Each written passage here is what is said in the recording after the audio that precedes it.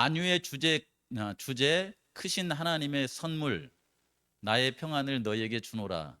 이게 평안을 너희에게 주노라 했는데 사실 평안이라고 하는 단어만을 생각했을 때는 성경에 저게 부정적인 용어로도 쓰여요. 평안하다 평안하다 할 그때에 예수님께서 호련히 이 땅에 오신다고 그러잖아요. 거짓 평안도 있다고 하고 참된 평안도 있다고 하는데 예수님께서 이 말씀을 하시는 전후 문맥을 이게 잘 살펴보면서 하나님께서 우리에게 예수님께서 우리에게 근심하지 말고 걱정하지 말고 마음의 평안함을 갖고 살라고 하신 마음의 그 말씀의 횡간을 좀 같이 좀 살펴보는 시간을 좀 갖도록 하겠습니다. 우리의 인생은 70이고 강건하면 80이지만 늙지 않고 결국에는 눈 감지 않을 수 있는 길이 있어요, 없어요? 알고 사시죠? 다 알고 사시죠? 그제 이제 저희 어머님이 병원에 이제 입원을 했는데 그 의사 선생님이 이제 겁을 주시는 거예요. 입원하기 전에 가족들의 동의가 필요하다고. 무슨 동의가 필요합니까? 하도 뭐 많이 당해봐가지고 뻔한 거죠, 뭐. 연명 치료를 하겠습니까? 84듯이 이제 이게 폐에 이제 그 염증이 있어가지고 계신 분에게 이제 약간 겁 같기도 하고 막 이렇게 해서 연명 치료를 하겠습니까? 그러더라고요. 근데 이제 저희 어머님 이제 보건소에서 이미 연명 치료를 안 하겠다고 이제 본인이 의사는 표현을 했더라고요, 이렇게. 그래서 제가 이제 형제가 둘이 남아 있으니까 동생한테 전화를 했어요. 그래서 야, 이것도 연명 치료를 할 거냐 말 거냐 이렇게 동의 이렇게 요구하는데 너는 어떻게 생각하냐 그랬더니 예 그러더라고요. 그래서 이제 제가 왜 그런지 알아요. 작년 11월 달에 동생이 가고 이제 5월 달에 아버지가 이제 돌아가시고 또 이제 아니 6월 달인데 또 이걸 물으니까 이제 어이가 없잖아요. 그래서 아니 또 이걸 또 대답을 해야 됩니까 그러더라고요. 그래도 대답을 해야 입원을 시켜준단다. 그래서 형 생각은 어떻습니까? 그래서 그냥 연세도 드시고 했는데 연명 치료라고 하는 것은 뭐냐면은 이분이 이제 심장이 멎었을 때나 그다음에 이제 이게 그 말하자면 거의 이제 사망 상태에 이르렀을 때에 호흡기를 통하여서 생명을 유지해 나가겠느냐 그 말이에요 이게. 의미가 있어요 없어요? 그래서 사실은 없는 거예요 이게요. 그래서 사실 그러기 때문에 나도 이제 뭐 이렇게 어머니의 생각에 동의한다 이렇게 얘기해 줬어요. 그랬더니 제 동생이 하는 말이 형 진짜 너무 스트레스 받고 너무 복잡하다. 이게 짧은 시간에 또 이게 그 얘기가 뭘로 들렸냐면 이번에 이제 입원하셔가지고 어머니도 잃어버릴 수 있지 않나라고 그렇게 생각한 거예요. 예. 그래서 참 저도 마음이 복잡하더라고요. 근데 어떻게 하겠어요? 저녁 때까지 생각해봐라. 그냥 생각해 보고 나서 이제 그 다음날 이제 입원을 해야 되기 때문에 또 전화를 해가지고 어떻게 생각하냐 그랬더니 어떻게 그냥 또 받아들여야지 이렇게 해가지고 동의하고 입원을 시킨 거예요. 근데 뭐 어머니가 뭐 또 돌아가실 만한 그런 상태는 아니에요. 근데 이제 이걸 물어보니까 우리 성도님들께서 신앙하며 살아갈 때에 이 땅에 살아가면서 늘 건강하고 아프면 치료가 되고 또 늙어도 생명이 오래도록 지속되고 그랬으면 평안하시겠죠. 그랬으면 평안하시겠죠. 근데 이 성경에 있는 말씀에 이 말씀을 듣고 그러니까 이제 여기 이제 요한복음 14장 25절에서 27절에 이제 우리에게 주고 있는데요. 이게 듣지 않네요. 그 요 말씀을 듣고 제자들은 지금까지 살아 있습니까? 이미 뭐 2000년이 넘는 그 시간에 다 이게 돌아가셨어요. 그리고 이 사람들 가운데 자연사 한 사람이 많이 있습니까? 제가 볼 때 요한 외에는 없어요. 다 이렇게 핍박을 받다가 그냥 순교한 거예요, 순교. 그러니까 제 나이를 산 거예요, 못 산 거예요? 제 나이를 못 살고 이게 돌아가신 겁니다. 그 이유가 어떻게 됐든 간에 뭐 아프리카에서 돌아가 죽고 로마에 가 죽고 막 이렇게 했어요. 이제 그 가운데 이제 사도 요한만 장수를 한 겁니다. 그러니까 요 말은 그 이 땅에서 생명을 너희들 길게 해주겠다는 그런 말이 아니에요. 그 말은 아닌 것 같아요. 이렇게 전후 사정을 이렇게 보더라도 그렇죠. 그래서 여기에 내가 아직 너희와 함께 있어서 이 말을 너에게 하였거니와 보혜사고 아버지께서 내 이름으로 보내실 성령, 그가 너에게 모든 것을 가르치고 내가 너에게 말한 모든 것을 생각나게 하리라. 이걸 생각하고 살아야 되겠죠. 생각나게 하리라. 평안을 너에게 끼치노니 곧 나의 평안을 너에게 주노라. 내가 너에게 주는 것은 세상이 주는 것 같지 아니하니라. 너희는 마음에 근심하지도 말고 또 마지도 마라. 두려워하지도 마라. 내가 갔다가 너희에게로 온다는 이 말을 너희가 들었나니 나를 사랑하였더라면 내가 아버지께로 감을 기뻐하였으리라. 그러니까 예수님이 하늘에 갔다가, 하늘이 이제 예수님이 하늘에 간 곳이 어디예요? 그게 하늘 성소예요. 하늘 성소. 그게 이제 성소를 나누면 성소가 있고 지성소가 있고 그렇죠. 이제 거기에 이제 성소에서 사업이 마치고 나면 이 땅에 다시 온다고 하는 말씀을 하시는 거 아닙니까? 사랑하였더라면 내가 아버지께로 감을 기뻐하였으리라. 아버지는 나보다 크심이라. 이제 일이 일어나기 전에 너에게 말한 것은 이 일이 일어날 때에 너희로 하여금 어떤 사람이 되게 하려고요? 믿음을 갖고 살아가는 사람이 되게 하려고 하는 것이란 말입니다. 그래서 예수님이 돌아가시고 부활하시고 하늘에 가시고 다시 우리에게 이를 위해서 처소를 예비하고 오면 다시 이 땅에 와서 공중에서 우리를 영접해서 하늘에 가시고 천년 후에 다시 이 땅에 오는 모든 구속의 경륜의 과정을 생각하시면서 예수님이 내가 너에게 평안을 주노라 라고 이렇게 말씀하신 거예요. 그냥 다만 이 땅에 살아가면서 잘 먹고 잘 살게 해줄게, 그런 말은 아닙니다. 이것이요. 이제 그런 부분들을 생각하시면서 들어보겠습니다. 예수님이 십자가에 달려 죽으시기 전, 그리고 부활 승천하시기 전, 즉 여기 요한계시록 12장 5절에 보면 여자가 아들을 낳으리니 이는 장차 철장으로 만국을 다스릴 남자라. 근데 그분이 그런 일을 하시기 위해서 이 아이를 하나님 앞과 그 보좌 앞에 어떻게 했어요? 올려가더라. 근데 이 땅에 오셔가지고 어떤 경험을 하시고 올라가셨어요? 십자가에 죽으시고 부활의 경험을 하시고서 하늘로 올라가신 것입니다. 예. 그리고 예수님께서 어디가 계시냐면 하늘 성소에 가 계시다가 이제 언제 이 땅에 오시냐면은 하나님과 그리스도의 제사장이 되어 1000년 동안 그리스도로 더불어 왕노릇 하리라. 이 일을 이루시기 위해서 이 땅에 잠시 재림하셔서 믿는 사람들을 모아서 하늘에 가셔서 이제 하나님의 이제 보좌에서 이 일을 같이 하는 거예요, 이게. 그렇죠? 예. 이 일을 생각하면서 예수님께서 우리를 위해서 이렇게 중보 기도하시고 그분의 구속 사역을 완성하시기 위해서 하시는 일을 어디서 알고 계시냐면은 저기 보시니까 예수님의 그 하나님의 보좌가 어디에 있는가 우리는 그곳이 어딘지 이게 정확하게 알지는 못하지만 어딘가에 있다고 하는 건 알아요, 몰라요? 그거 알죠. 하나님의 말씀을 통해서 알잖아요. 그래서 예수님이 이렇게 하잖아요. 재림교회 성도님들은 이제 아마 저기가 오리온 성자를 통과해가지고 가게 되면은 저 어딘가가 있을 것이다 그러잖아요. 예수님께서 거기서 지금 우리를 위해서 중보하고 계시는데 그분이 주로 하시는 사역이 뭐냐면 지금 이 지구에서 다른 우주의 어떤 별에서 하나님 아버지 저희들의 죄를 용서해 주십시오라고 하는 그런 회개의 기도는 다른 별에서는 있어요, 없어요?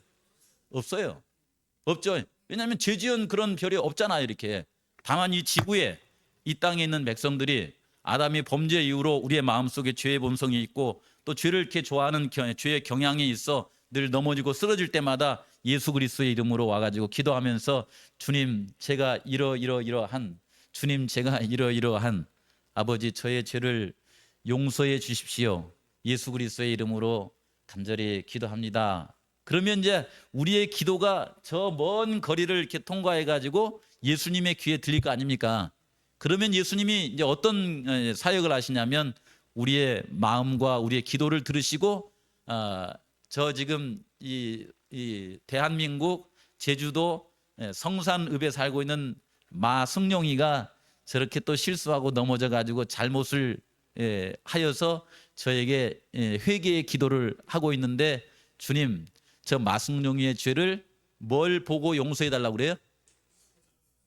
예수님의 못 박힌 손을 이렇게 내보이면서 초기문집이나 이런 데 보면 뭐라고 한다고 그래요? 하나님 아버지 제가 이렇게 피를 흘리시지 않았습니까? 제가 이렇게 피를 흘리지 않았습니까? 나의 피를 보시고 누구의 죄를 용서해 달라고요? 저기 저 마승용의 죄를 깨끗하게 용서하여 주십시오. 그러면 아버지 하나님께서는 그걸 받아들여요, 안 받아들여요? 그리스도의 공로를 통하여서 마승용의 죄를 깨끗하게 사하노라, 이렇게 받아주신다는 거예요. 이렇게 그 일을 지금 예수님이 하늘에서 이렇게 계속 하고 있다는 것입니다. 이런 과정에 이렇게 반복을 통하여서, 이런 과정에 이렇게 이제 반복을 통하여서 우리의 마음이 점점 변화돼요, 안 변화돼요? 점점 변화되어서 아주 이렇게 귀풍스럽고 아주 이 천사와 같은 성품으로 이렇게 변화되는데, 마치 우리의 성품이 과거는 묻지 마시고 현재의 성품이 누구처럼 변하는 거예요? 예수님처럼, 예수님 같은 그런 성품으로 이렇게 마음이 자꾸 변하는 거예요. 이렇게. 예. 이 일을 위해서 예수님께서 많은 걸 준비하셨어요. 그 말씀이 이제 누가 요한복음 14장에 나와요. 14장, 15장, 그다음에 16장, 17장 이렇게 쭉 나오는 겁니다. 이런 말씀들을 생각하면서 요한계시록에 있는 말씀을 읽으면, 이 계시록에 있는 말씀이 마치 전쟁터 한 복판에 떨어져 가지고 막 힘든 상황 가운데 있는 것처럼 느껴지는 말씀이지만은, 요한복음을 통해서 읽으면은 뭔가 이렇게 담대함이 생긴다는 거예요. 이것이 그런 말씀으로 이어지는 것입니다. 그래서 이 일을 다 이루어지고 난 다음에는 예수님께서 이 땅에 재림하시는데, 여기 보면 우리를 어떤 사람으로 만들어 주냐면, 아주 기족스럽고 또 이렇게 신사적이고 아름다운 성품을 가졌는데, 우리를 이제 재림하셔서 하늘나라에 가면은 우리가 누가 되냐면, 하나님과 그리스도의 뭐가 된다 그래요? 하나님과 그리스도의 뭐가 된다 그래요? 여기 나오잖아요, 이게요. 하나님과 그리스도의 뭐가 돼요? 제사장이 되는 거예요. 이게 제사장이요, 사단처럼 뒤에 가가지고 남의 이렇게 죄를 이렇게 해가지고서는 그 죄를 이렇게 까말리고 막 이런 건 제사장이 아니에요. 그건 제사장이 되면 안 돼요. 그건요. 구약 성경에도 예를 들어 이게 이 백성들이 죄를 지어가지고 이렇게 양의 손에 얹고 고백기도 하는 것을 제일 많이 들을 수 있는 사람이 누구예요? 제사장들이에요. 제사장 옆에 사역하고 있잖아요. 이렇게요. 그래서 누가 어떻대, 누가 어떻대, 이걸 가장 잘할 수 있는 사람이 누구예요? 그러면 소문은 누구를 통해서 나게 돼 있어요? 제사장을 통해서 나게 돼 있다니까. 이게 제사장 아무나 되면 안 돼요. 세마포 옷을 입고 그리스도의 의의 옷을 입고 예수님의 마음을 가진 그런 심령을 가지지 않으면 제사장이 안 돼요. 이렇게 못 돼요, 이거는. 그래서 이 성경 가운데 보시니까요, 제가 이제 요즘 이제 창세기부터 이제 해가지고 구약 성경에 있는 이 말씀들을 이렇게 또 보니까 너무 재밌더라고요, 이렇게요. 그래서 쭉 보니까 교회나 나라나 도시가 타락할 때에 제일 먼저 누가 타락한 줄 아십니까? 제가 방금 말했잖아요. 제사장이 먼저 타락해요. 쉽게 말하면 지도자가 먼저 타락한다 이 말입니다. 우리 교회가 안 되려면 누가 먼저 타락하겠어요? 제일 지금 높은 데 누가 서 있어요 지금? 목사가 먼저 타락해요. 목사가. 그리고 목사를 이어서 누가 더 타락해요? 장로님들이 타락해요. 그렇게 되면 이제 이 지도자가 타락하면 백성들도 이제 갈 바가 없잖아요. 이렇게 이게 제사장이 그냥 와가지고 이렇게 고백기도 하는데 누가 어떻대, 누가 어떻대. 그러면은 양 끌고 저기 성소에 나올 마음이 생기겠어요, 안 생기겠어요? 안 생기죠. 가서 하면은 이게 그냥 나가니까 그냥 회개하고도 싶지도 않잖아요, 이렇게.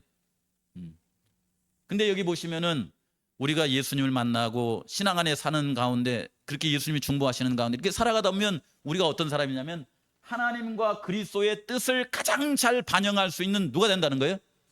제사장이 된다는 거예요. 제사장이 되어서 1000년 동안 그리스도와 함께 왕노릇 한다는 거예요. 여러분, 이게 왕은 뭘 하냐면은 솔로몬처럼 재판을 합니다. 심판을 한다는 거예요. 하늘나라에서 누구와 함께? 그리스도로 더불어 예수님과 함께 심판을 할 수 있는 그런 제사장이 되는 거예요. 원래 이 제사장 그러면 왕이 하는 건데, 이게 성도들은 이게 제사장을 삼아준다고 그러잖아요. 근데 다른 구절에 보면은 1000년 동안 또 뭐 한다고 그래, 이렇게 해요.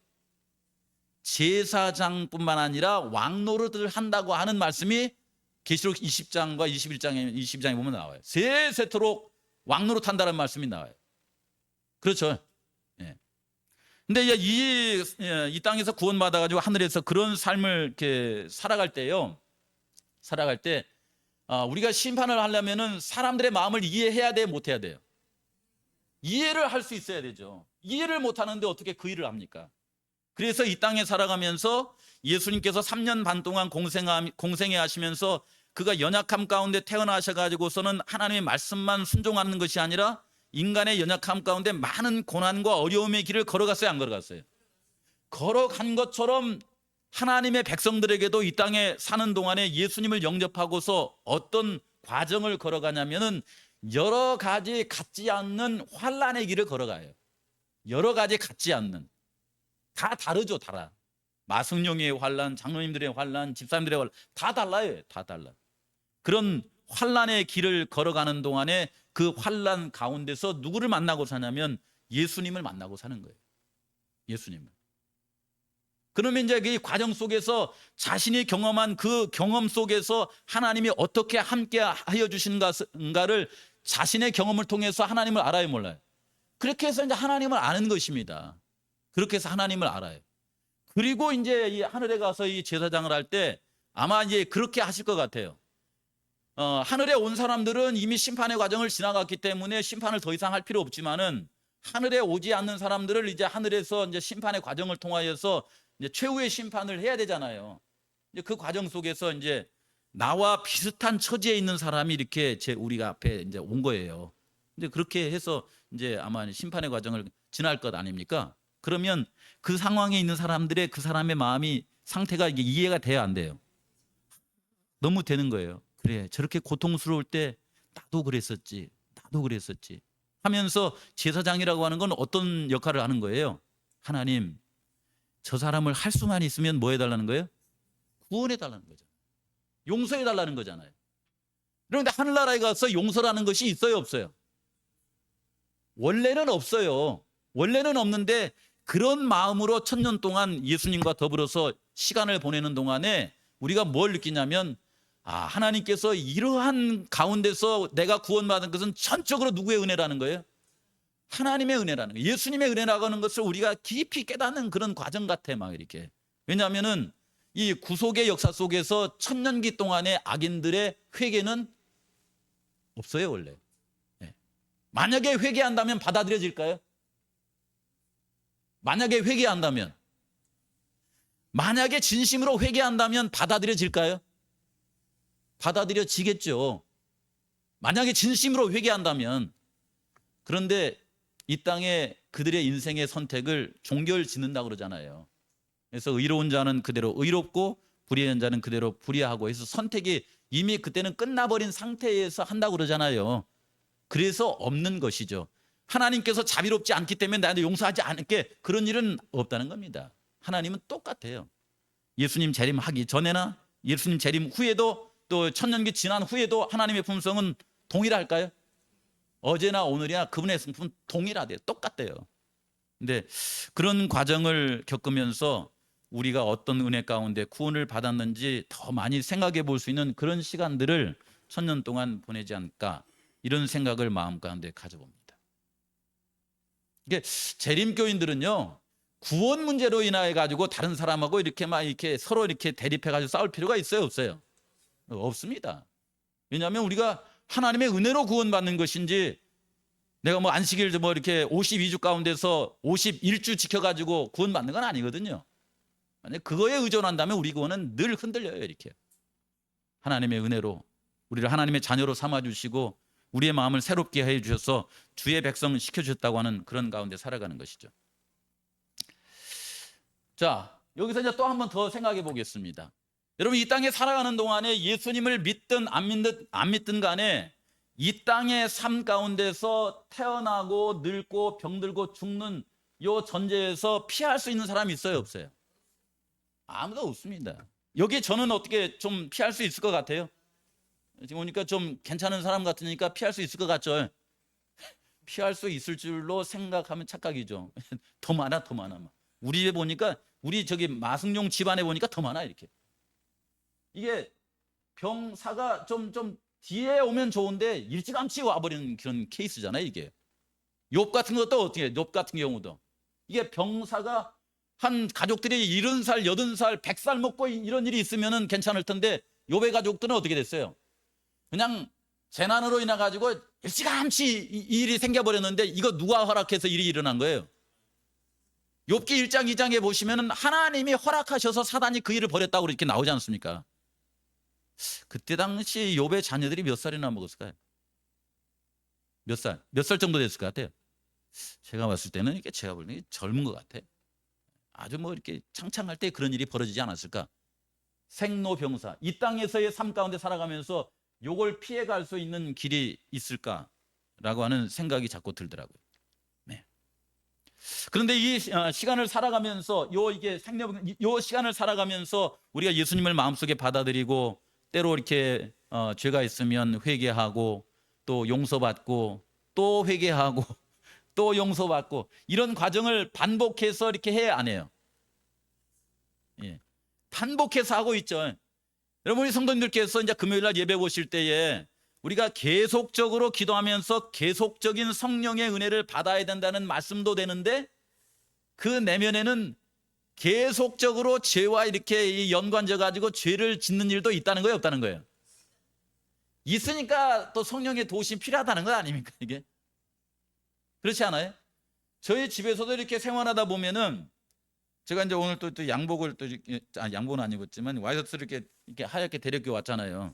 우리 교우님들이 보시기에는 목사님 또 넥타이 입고 양복 입고 오니까 깨끗해 보이죠? 깨끗해 보이는데 집에 가서 이렇게 벗어보면 여기가 때가 자욱이 껴 있어요. 또 입으면 깨끗한 걸 입었는데 또 때가 끼는 거야. 그러면 또 뭐 돌려야 돼요? 세탁기 또 돌려야 돼. 이 일을 어떻게 합니까?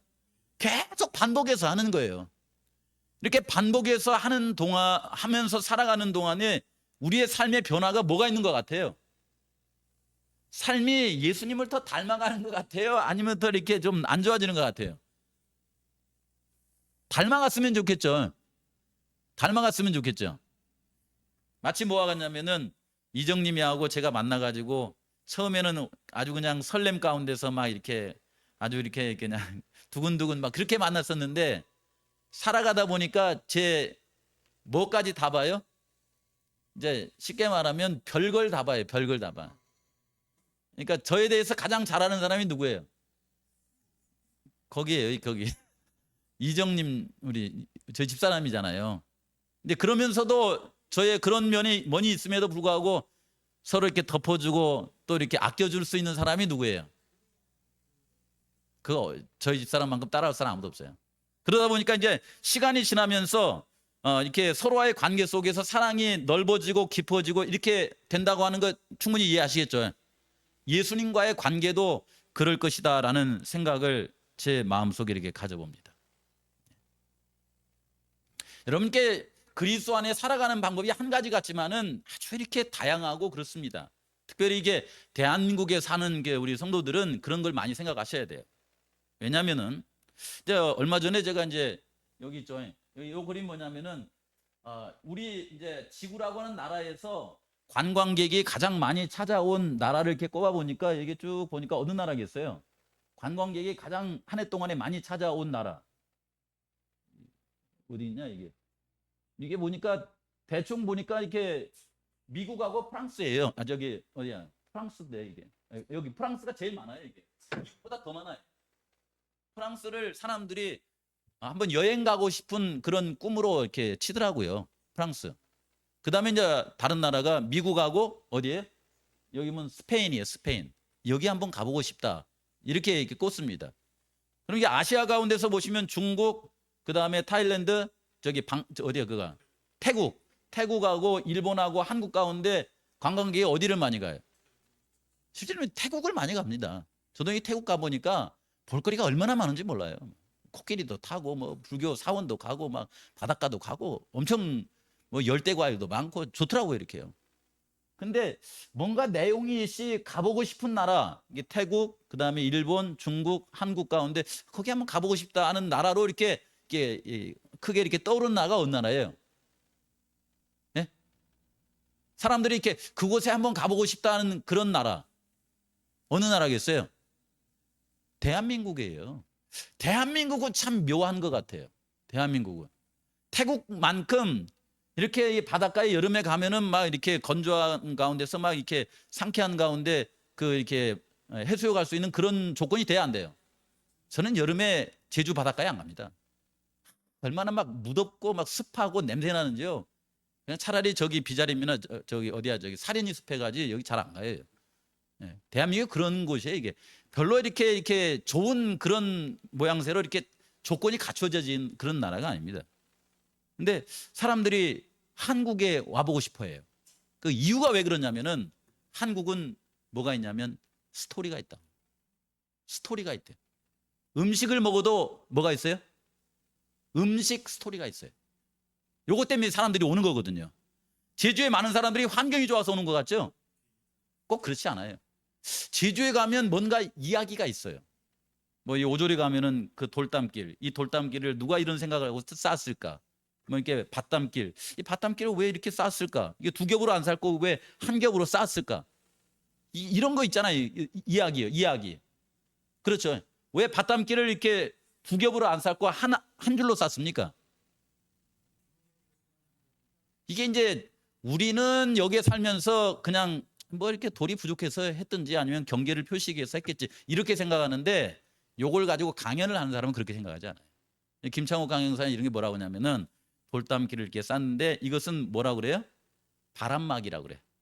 바람막인데 이게 만약에 이 틈을 두지 않고 그 쌓아놓으면 어떻게 된다고 그래요?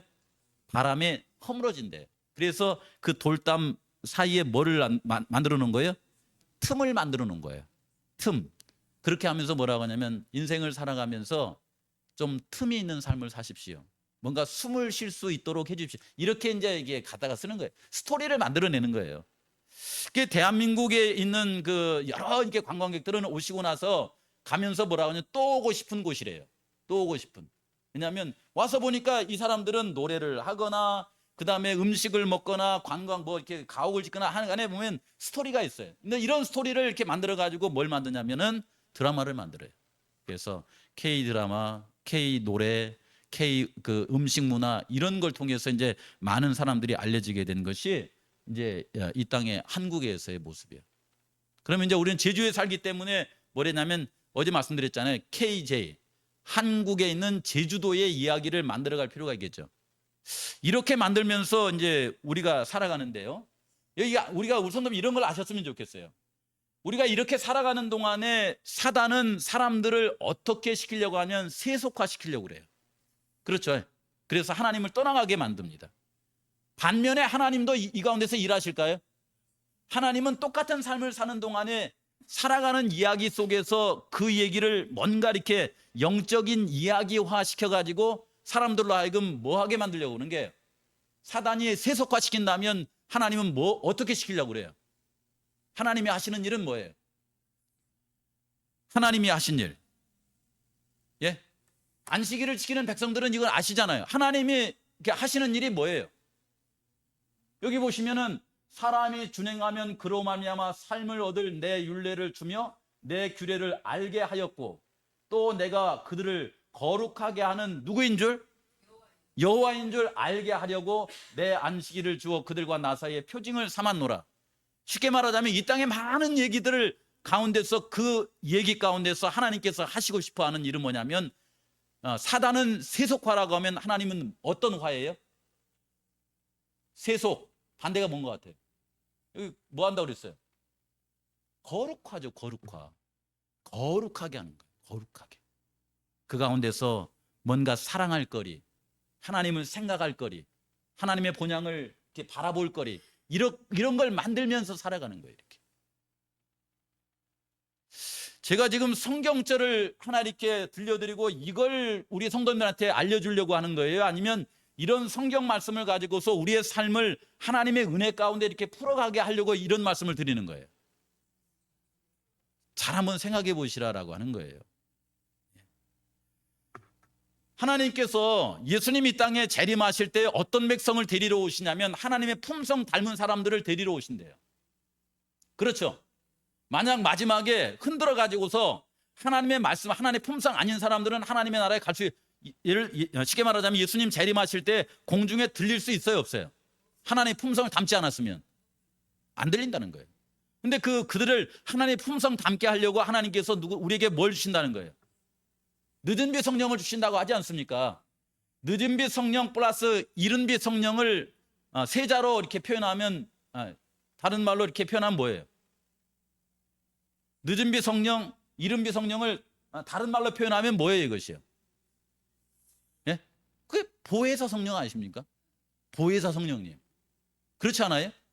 보혜사 성령님이 이른 비처럼 내리기도 하고 보혜사 성령님이 뭐처럼 내리기도 해요? 늦은 비 성령처럼 내리기도 하는데 그 보혜사 성령님께서 하시는 일이 뭐예요? 하시는 일이 우리의 마음을 하나님의 담는 품속으로 만드는 일 아닙니까? 그 일을 하는 것이잖아요. 근데 그 일을 교회에 오면은 여기서 그냥 이렇게 뭐 도장 파듯이 여기서 이러고 계십니까? 아니면 우리의 삶 속에서 다양한 스토리스 가운데서 그 일을 하고 사십니까? 교회 가서는 장로님 같은데, 교회 가서는 목사 같은데 밖에 나가면 이심투성이고 막 이렇게 하셔요?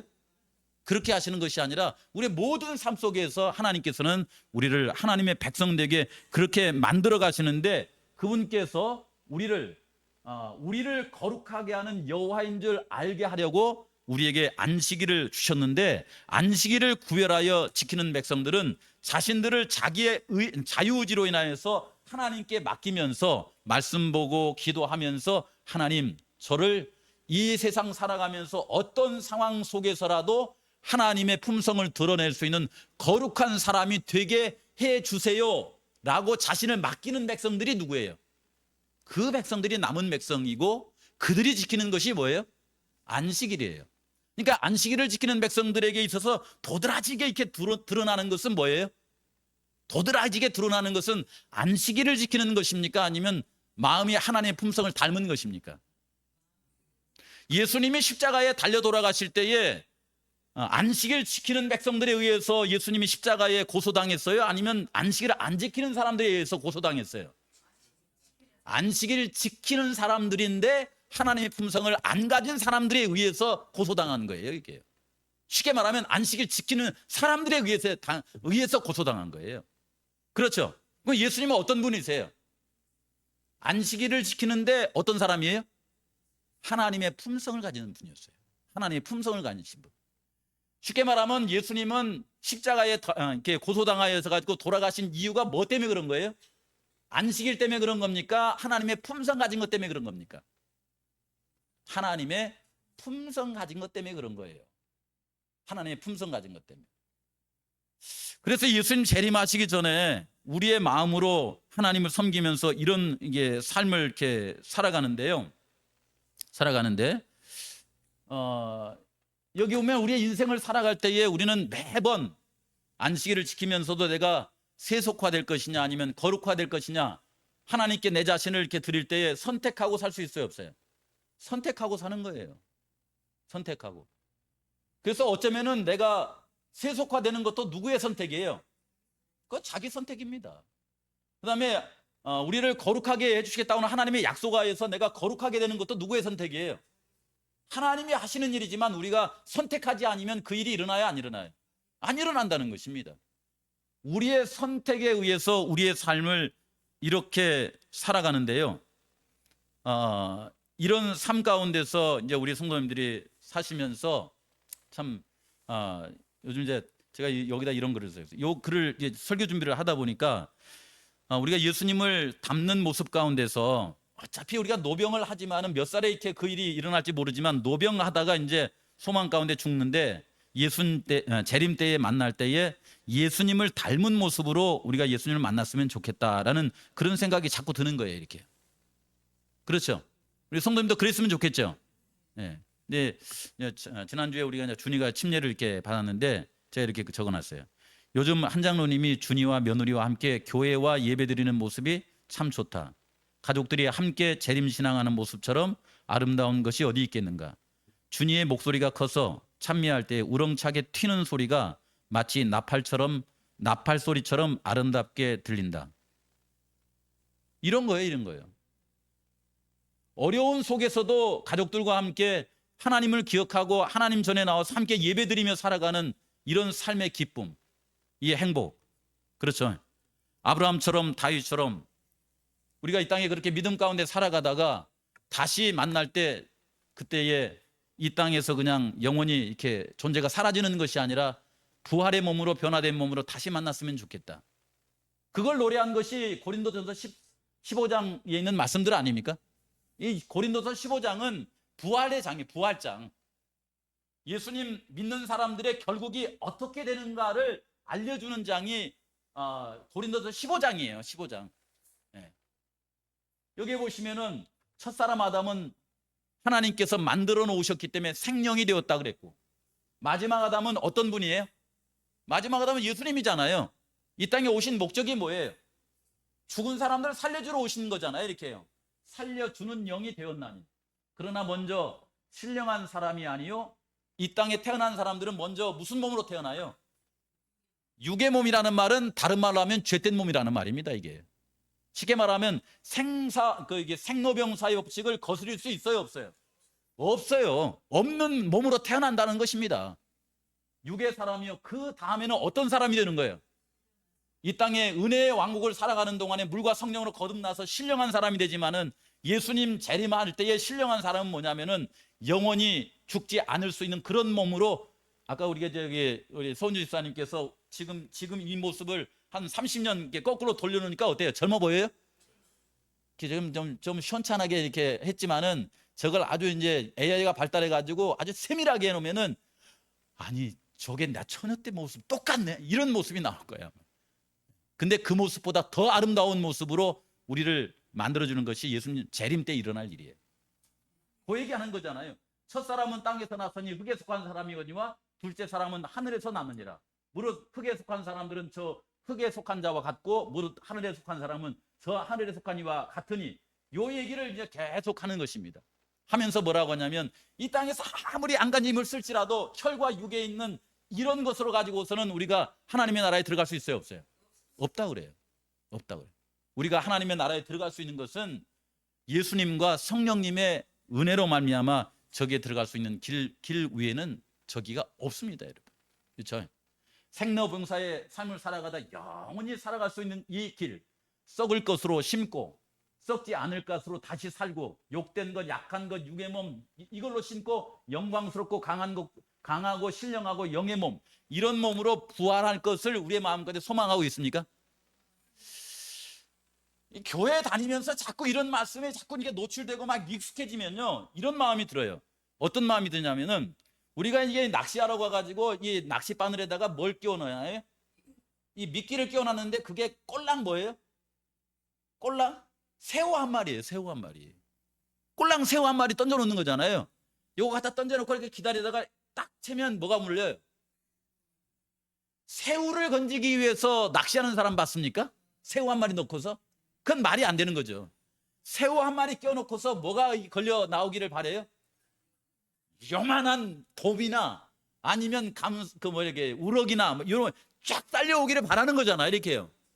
그런 것처럼 우리가 이 땅에 살아가면서 믿음의 삶을 사는 동안에 꼴랑 새우 한 마리 정도 이렇게 가지고서 이렇게 하나를 붙잡고 사는 이유는 뭐냐면은, 우리 몸을 이쪽 빨간 글씨 이렇게 해주시기를 약속하신 하나님을 믿기 때문에 이런 거 아닙니까?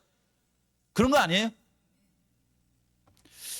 그렇게 우리가 이 땅을 이렇게 살아갑니다. 그렇게 살아가다가 이제 예수님께서 이 재림하시면 요 일이 우리에게 분명히 이렇게 드러날 것이다 라고 하는 말씀을 우리에게 주시면서, 이제 그분이 이 땅에 오시게 되면요, 생로병사의 몸이 아니라 또 우리의 마음속에 미움, 시기, 질투 이런 것을 품고 살아가는 것이 아니라 신령한 몸과 신령한 마음으로 영원히 살아갈 수 있는 은혜를, 다만 인생 7, 80이 아니라 영원, 여러분이 영원이라는 시간은 인생 7, 80의 시간으로 이렇게 계산할 수 있는 거예요, 없는 거예요? 그건 없대요. 이것은요, 계산할 수가 없다고 합니다. 그것은 안 가봐서 모르고 우리가 느끼지 못해서 모르는 것이지, 요거 살면서 영생을 얻으면요, 이 땅에서 삼성 이건희 회장이나 뭐 이렇게 이런 그 굴지의 재산을 얻는 것보다 더 큰 걸 얻는 거예요. 여기 계신 분들은 예수님만 끝까지 믿으시면요, 절대로 이렇게 손해 볼 일 없습니다. 뭐 이렇게 현대 뭐 이런 거 하나도 안 부러워요, 이게. 그렇죠? 하늘의 유업을 우리가 받게 될 것이다라는 말씀을 우리에게 주고 있습니다. 그런데 이제 우리 성도들에게 나누고 싶은 말씀이 뭐냐면은, 이 땅에 살아가는 동안에 환란이 있을 거라고 그랬는데, 이 환란이 대부분 이게 뭐에 관한 거냐면 이제 품성에 관한 거예요. 우리 마음 가운데 뭐 시기 질투하고 또 용서하고 막 이렇게 하는 이렇게 하고 살잖아요. 뭐 또 이렇게 티격태격 싸우고 뭐 그러다가 또 이렇게 미안하다 이렇게 하고 이러고 살잖아요, 이렇게. 근데 그런 일들을 이렇게 자주 하다 보면은 어떤 것 같아요? 좀 스트레스를 받아야 안 받아요? 받겠죠. 되게 이제 스트레스를 받으면은 그 스트레스 이제 호르몬에 의해서 우리 근막이 굳어진대요. 사람이 얼굴이 굳어지는 것이 그것 때문에 그래요. 시간이 다 됐는데 이거 하고 마칠게요. 저희 지가 이제 어머니가 이제 병원에 입원하셔가지고 이제 여기 저희 어머니 이제 간병하고 있다가 옆 침대에 보니까 94살 드신 분께서 이제 입원해 계시더라고요. 근데 이제 음식을 못 드시니까 여기를 구멍을 뚫어가지고 이쪽으로 죽을 넣으면서 계시더라고요. 근데 이제 이 할머니가 이제 막 이렇게 여기가 아니까 이게 안 넣던 것이 꽂아져 있으니까 어때요, 막 이게 막 이렇게 이게 뽑아버리고 싶다는 이거죠. 그러니까 이게 손과 발에 장갑을 껴가지고 묶어놨더라고요, 이렇게. 그래서 아이고 할머니가 참 힘이 드시네요. 이제 뭐 이렇게 따님이신가 보죠. 이렇게 했더니 저한테 딱 그러는 거예요. 뭐라고 하냐면 딸이니까 보죠. 내가 며느리면 보겠어요? 딸이니까 보죠. 그 말이 그냥 너무 세게 얘기하는 거예요. 딸이니까 보지 며느리니까 보겠냐 이 말이에요. 근데 그 사람 고향도 해남이더라고요. 근데 그 얘기를 하고 나서 저희 집사람 거기다 보내려니까 너무 마음이 안 좋은 거예요. 이 딸은 이렇게 엄마 그러면 안 돼, 안 돼 해도 마음에 앙금이 남아요, 안 남아요? 희한하게 안 남아요. 근데 며느리는 저 집사람 잘 알잖아요. 털털한 성격이잖아요. 그러니까 그렇게 하면 안 돼, 어머니. 그러고 나면 저희 어머니가 인상이 좋아지겠어, 안 좋아지겠어요? 안 좋아지겠죠. 안 좋아져서 한마디 하고 나면은 저희 집사람 또 이렇게 좀 타격이 있겠어요, 안 있겠어요? 그래서 이제 이 시어머니와 며느리 간에는 이게 생기면은 이게 앙금이 생겨요. 이게 쉽게 말하면 이게 이 근력이 이게 굳어진다 이 말이에요. 얼굴 표정이 안 좋아지죠. 그럼에도 불구하고 이제 보내놨으니 제가 좀 힘들겠죠. 여러분 이렇게 신앙하시면서요, 이 시어머니와 며느리 관계처럼 얼굴이 굳어진 관계로 살아가면 오래 가겠어요, 못 가겠어요? 이게 못 갑니다, 이게요. 그래서 하나님께서 우리로 하여금 얼굴이 굳어지지 않아도 살아갈 수 있는 길을 허락하시기 위해서 하나님께서 예비하신 것이 있더라고요. 그게 뭐예요? 하나님께서 이 땅에 이게 환난과 어려움을 당할 때에 우리의 표정이 굳어지지 않고 우리가 건강하게 그렇게 예수님 재림 기다리며 살아가도록 허락하신 선물이 있어요. 그게 뭘까요? 그게 뭐예요? 그분이 보혜사 성령님이십니다. 그분이 보혜사 성령님이세요. 그래서 이분을 구하고 사셔야 돼요. 이분이 우리와 함께 해주시지 않으면은 시어머니하고 며느리처럼 막 이렇게 돼버려요, 이렇게. 근데 우리가 어머니하고 친정 딸처럼 이렇게 대하면서 또 회개하면 받아주고 그다음에 괜찮다 해주고 그렇게 하늘나라에 같이 갑시다 해줄 수 있는 그런 관계로 맺어주는 분이 계시는데 그분이 누구냐면 로마서 8장에 나온 성령님이세요. 그분이 요한복음 14장에 예수님께서 약속하신 누구예요? 보혜사 성령님이에요. 그분이 보혜사 성령님이십니다. 그러니까 예수님께서 우리에게 내가 너에게 평안을 주노니 이 평안은 세상에 주는 것 같지 않고 하나님이 너에게 주실 수 있는 그런 평안이다라고 말씀하신 이 평안은 건강하게 돈 잘 벌고 좋은 학교 가가지고 그렇게 살겠다고 하는 평안이에요? 아니면 예수님께서 하늘 성소에 가서 우리를 위해서 중보하시는 동안에 너희를 위해서 하나님과 우리 관계가 마치 그 어머니와 딸처럼 이렇게 친한 관계가 되어서 하나님의 말씀을 순종할 수 있도록 능력과 힘을 제공해서 이렇게 얼굴 표정이 이렇게 굳어지지 않고 그렇게 살아가도록 너희 품성이 예수님 닮게 살아가도록 하신 분으로 보혜사 성령님을 주시는 이 능력이 있기 때문에 이분이 있기 때문에 너희들 마음 평안히 먹고 살아가라 이렇게 하셨을까요? 저는 이거라고 보이더라고. 이게 그런 마음 갖고 사세요. 그러면 좋겠죠. 그래서 요 삶이 이렇게 다 이어지면 요건 같이 읽으세요. 이 빨간 글씨를 이렇게 되는 거예요. 이렇게 시작. 그날에는 내가 아버지 안에 너희가 내 안에 내가 너희 안에 있는 것을 너희가 알리라. 이렇게 되면 어떻게 된 거예요? 아버지 안에 예수님, 예수님 안에 성령님, 성령님 안에 아버지 하나님이 계시면 이걸 뭐라고 그래요? 삼위 하나다 이렇게 말하는 거예요. 이렇게 된다면 뭐냐면은 하나님이 예수님 안에, 예수님이 우리 안에, 우리가 성령님 안에, 성령님이 또 이렇게 하나님 안에 있으면 삼위일체 안에 우리도 어떻게 된 거예요? 하나가 된 그런 상황을 만들어 가지고 그때서 예수님이 이 땅에 재림하셔 가지고 내가 있는 곳에 너희도 함께 있게 하도록 그 일이 이루어지도록 하겠다. 그러니까 마음 뭐 먹고 살아라? 평안히 먹고 살아라. 근심하고 걱정하지 말고 살아라. 이런 말씀이 요한복음 14장에 있는 말씀이 아닌가요? 그렇죠. 그래서 성도님들, 이 일은 반드시 이루어지실 거라고 그래요. 반드시 요 일이 이루어지고 나서 요한계시록 21장, 그 다음에 요한계시록 22장에 있는 하나님의 나라가 온전히 이루어져서 우리 성도님들과 함께 살 수 있는 그날이 우리에게 온다고 약속하십니다. 그날을 바라보시고 믿음 가지시고 용기를 가지시고 살아가시는 우리 모든 성도님들이 되시길 바라면서 말씀을 드리겠습니다.